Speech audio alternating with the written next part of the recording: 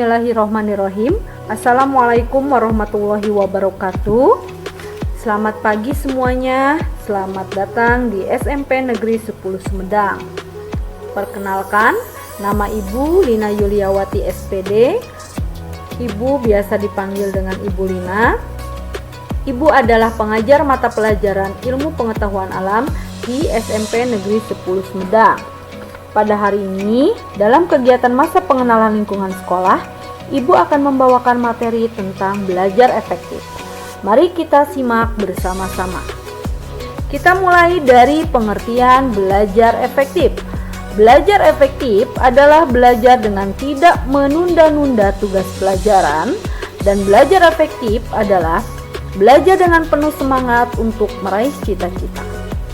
Lalu, bagaimana belajar efektif secara daring atau secara online? Berikut adalah pemaparan cara belajar efektif secara daring atau secara online. Yang pertama, belajar di waktu yang tepat. Karena waktu belajar di rumah lebih fleksibel, maka pilihlah waktu yang kalian bisa lebih fokus dalam memahami materi. Bisa kalian pilih di waktu pagi, siang, sore, maupun di subuh hari. Kemudian yang kedua, buat area belajar yang nyaman. Buatlah suasana area belajar yang nyaman sehingga kalian bisa fokus dalam belajar. Misalnya dengan mendekorasi tempat belajar dengan benda-benda spesial yang bisa meningkatkan semangat belajar. Misal memajang piala, memajang gambar, atau poster motivasi belajar lainnya. Kemudian yang ketiga adalah menyiapkan koneksi internet. Karena kita belajar secara online, maka koneksi internet itu sangat diperlukan. Tentunya ini akan berhubungan dengan kuota internet. Nah, di sini kalian harus mampu mengatur kuota internetnya agar dapat mengikuti pembelajaran. Bagaimana cara untuk mengatur kuota internet? Nah, misalnya kalian dengan mengurangi main game online dan men-scroll aplikasi media sosial lainnya seperti Instagram, TikTok, dan lain sebagainya. Kemudian, ada beberapa handphone yang mungkin tidak support atau tidak mendukung aplikasi belajar online. Maka, lebih baik aplikasi-aplikasi tersebut dikurangi atau tidak diinstal karena sekiranya tidak terlalu penting. Nah, supaya handphone kalian bisa mendukung aplikasi belajar online. Kemudian, bagaimana jika tidak memiliki fasilitas untuk online? Kuotanya tidak ada, handphonenya tidak punya.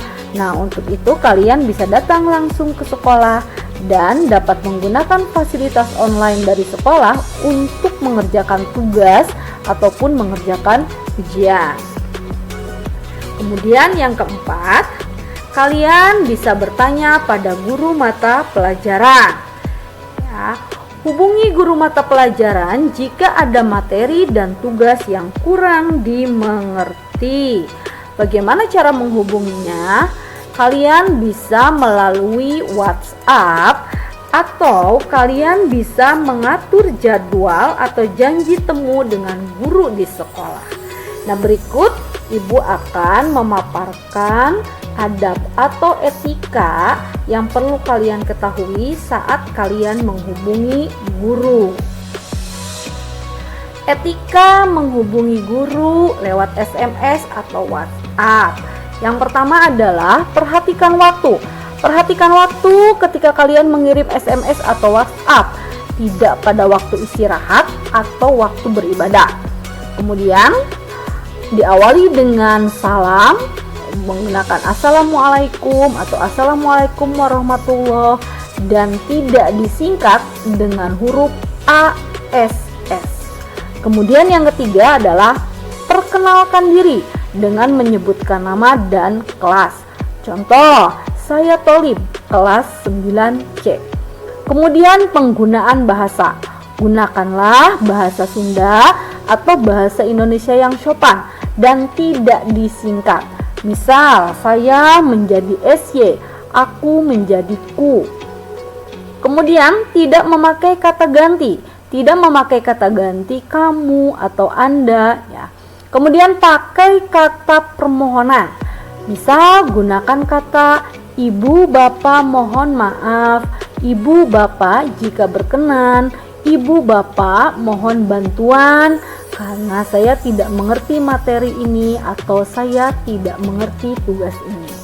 Kemudian to the point ya, tuliskan keperluannya dengan singkat, padat, dan jelas, langsung ke inti masalah ya. Kemudian berperilaku baik, artinya kalian tidak memaksa, tidak terburu-buru, dan tidak menggurui.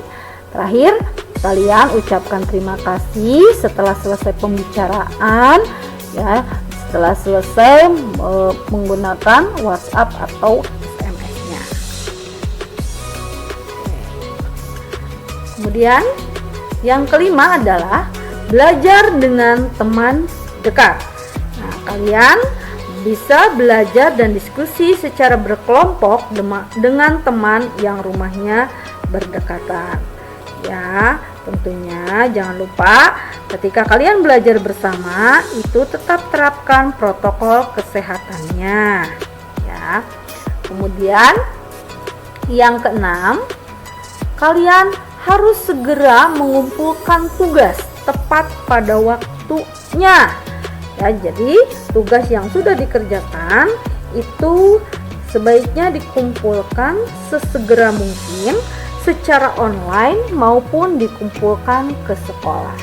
Nah, Ibu akan memaparkan ada poin penting penilaian ketika kalian belajar di rumah. Ada dua aspek ketika belajar di rumah yang akan dinilai. Yang pertama adalah aspek tugas dan yang kedua adalah aspek sikap. Untuk penilaian aspek tugas itu dilihat ketepatan kalian dalam mengerjakan tugas sesuai yang diberikan oleh guru mata pelajaran. Sedangkan untuk aspek sikap itu berhubungan dengan perilaku kalian dalam mengumpulkan tugas tepat pada waktunya. Nah, ketika kalian tidak mengumpulkan tugas tepat pada waktunya, akan terdapat pengurangan nilai. Nah, kedua hal ini harus kalian perhatikan baik-baik supaya mendapatkan nilai yang maksimal dan bagus. Dan yang terakhir adalah kalian jika mengalami kesulitan dalam belajar, kalian dapat menghubungi guru bimbingan konseling untuk mendapatkan solusi. Hubungi guru bimbingan konseling, kemudian kalian bisa curhat, bisa cerita tentang kesulitan belajar kalian. Nah, demikian cara belajar efektif secara online atau secara daring. Terima kasih untuk perhatiannya. Ya, selamat belajar di SMP Negeri 10 Sumedang. Akhirul kalam. Wassalamualaikum warahmatullahi wabarakatuh.